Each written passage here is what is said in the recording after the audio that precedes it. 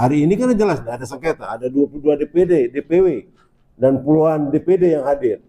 Artinya ratusan DPD yang hadir, DPW yang hadir, DPD yang hadir. Artinya ada sengketa. Seharusnya Menkumham tidak boleh mengeluarkan dulu surat keputusan. Itu. Tapi karena itu sudah terbit, maka terpaksa kami akan menggugat keputusan Menkumham itu. Ya, minggu depan akan kami daftarkan gugatan ke Menkumham. Tadi hari ini surat somasi peneguran kepada Menkumham untuk membatalkan itu sudah kami tegur. Tapi kalau tidak dijawab surat itu, maka kami akan menggugat ke peradilan tata usaha surat keputusan Menkumham itu tentang pengesahan ADRT. Alasannya apa? ADRT ini sangat bertentangan dengan undang-undang partai politik. Ada yang baru. Sangat bertentangan. Tidak ada munas, tidak ada rakernas. Semua mutlak, kekuasaan mutlak ada pada majelis suro yang mengangkat ketua ini. Sesuka majelis suro saja. Menentukan calon pilkada, calon siapa kandidat, semua dia ditentukan oleh majelis suro. Ini luar biasa. Majelis suro ini sudah luar biasa, sebuah lembaga yang luar biasa haknya, mutlaknya itu. Inilah seorang Amin Rais. Yang saya tidak menyangka tokoh demokrasi, tokoh reformasi ternyata otaknya otak otoritarian, ya, otoriter banget ternyata ulama kita ini satu ini, Kiai Amin Rais ini. Ya. Yang kedua, saya dapat laporan lagi. Setiap pilkada, ya, pilkada itu harus bayar. Ini nggak benar kan?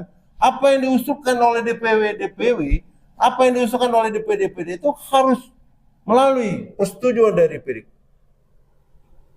Ya, no money, no kandidat. Kan bahaya itu. Ini partai umat, partai Islam, menjunjung nilai-nilai religius, ya, menunjung nilai-nilai syar'i. Ya. Kita tidak mau partai umat ini dibikin seperti partai-partai yang lain yang bisa berdagang kekuasaan, bisa mencari uang dengan punya partai, bisa menghimpun kekayaan yang luar biasa. Partai itu. Ini partai umat. Partai yang didirikan atas dasar nilai akidah Islam yang kuat.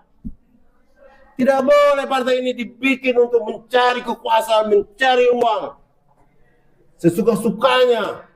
Majelis Suro telah bertentangan nilai-nilai syar'i.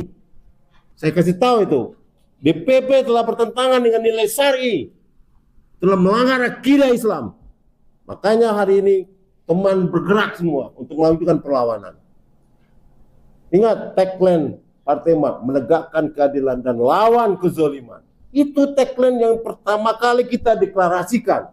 Saya sebagai pendiri partai deklarasikan itu untuk menegakkan keadilan, melawan kezaliman. Tapi kenapa kita sendiri yang berbuat zalim? Apalagi sama kader. Ini sudah tidak pantas lagi. Ya, pemimpin-pemimpin partai seperti ini. Gak becus ngurus partai menurut saya.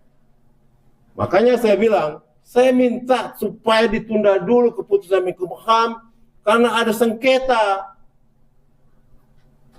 Karena ada permasalahan hukum yang terjadi di Partai Umat. Mana bisa, ini partai isinya jutaan orang, ratusan ribu orang. Ada 500 pengurus DPD, ada 36, 38 DPW di seluruh Indonesia.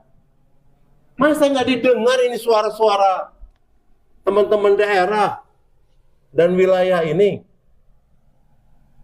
Artinya apa? Itu ada pelanggaran hukum yang dilakukan oleh Majelis Suro dan Dewan Pimpinan Pusat Partai Umat. Nah saya sebagai ketua tim hukum dari teman-teman DPW dan DPD ini akan mengajukan perlawanan terhadap kesewenang-wenangan Majelis Suro dan DPP ini. Akan mengajukan perlawanan.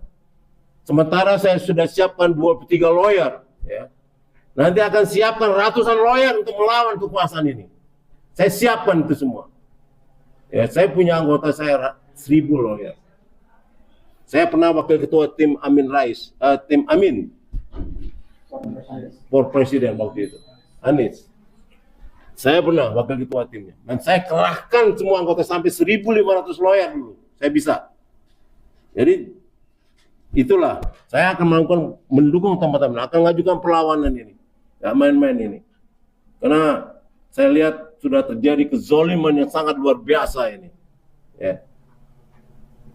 Ini teman berdarah-darah di daerah ini mendirikan partai ini. Uangnya habis bikin partai, memang partai gratisan, berapa juta sekali mereka sewa kantor DPW dan DPD itu, luar biasa sekali. Tidak dihargai sama sekali sama Majelis Suro. Pengorbanan teman-teman DPW dan DPD tidak dihargai sama sekali.